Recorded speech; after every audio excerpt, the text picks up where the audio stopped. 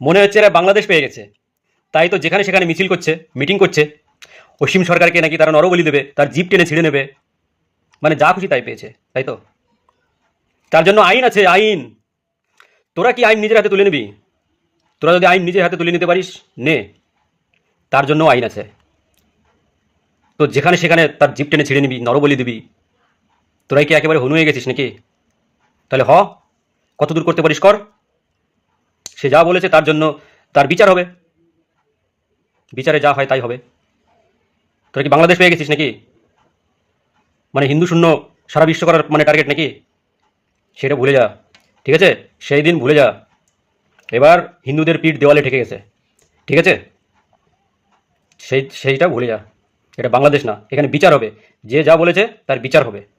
এটা বাংলাদেশ না যে হিন্দুদের জন্য কোনো আইন নেই, ঠিক আছে? সাবধান হয়ে যা।